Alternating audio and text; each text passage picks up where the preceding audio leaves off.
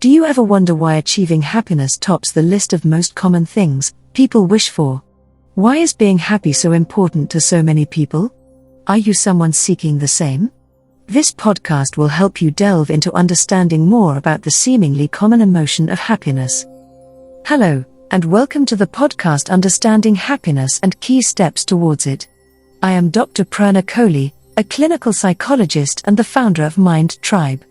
At Mind Tribe, we provide affordable counseling, support groups, communities, workshops, and e-learning for improving your mental health.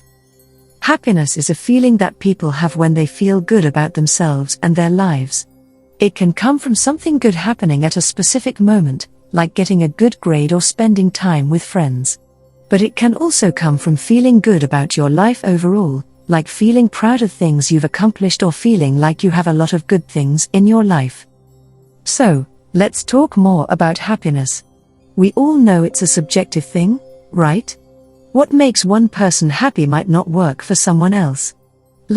Sure, a kid might be over the moon with a sweet treat or a trip to the park, but can we say the same for a teenager or an adult? And even among kids, not every treat or ride can guarantee happiness. This state of happiness or well-being is therefore highly subjective and influenced by several key factors, including a person's inherent disposition, their social connections, the environment in which they reside, and their ability to fulfill their fundamental requirements. It's a tricky thing. And you know what? Material possessions are often associated with happiness, but it turns out they don't bring lasting joy. How many times have you heard yourself or others say, "If I could just get my hands on that shiny new thing, I'd be happier"? But studies show that the happiness we get from buying stuff is fleeting. It might feel good for a little while, but then it wears off, and we're back to chasing that high again. A very interesting article that I read recently talks about a study that looked at what things make people the happiest. They found that just being married doesn't always make people the happiest. Instead, it's the exciting things that happen in a marriage, like starting a new relationship or doing something fun together.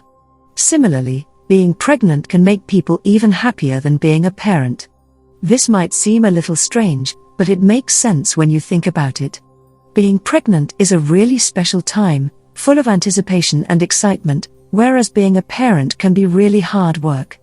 So, does that mean happiness is an impossible dream, only found in fleeting moments of success or validation?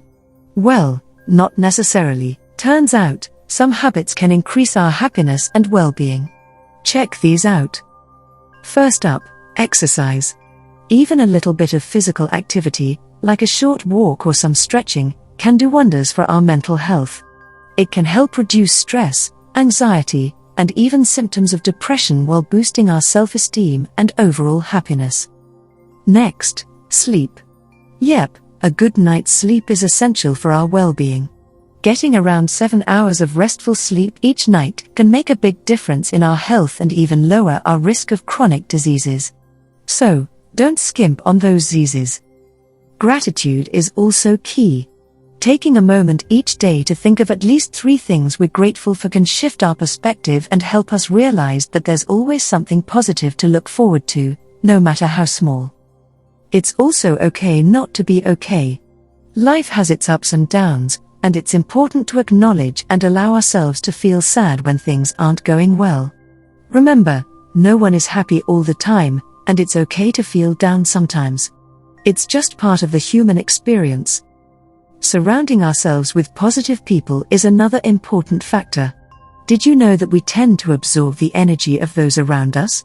So, if we're constantly surrounded by negative or draining people, it can impact our happiness. Sometimes, a change in our social circle can do wonders for our mood and well-being. Another great way to achieve happiness is by doing things that you enjoy, like playing sports, dancing, or drawing. You could plan a fun day out, a movie night, or just spend time playing games or doing activities together with your friends or family.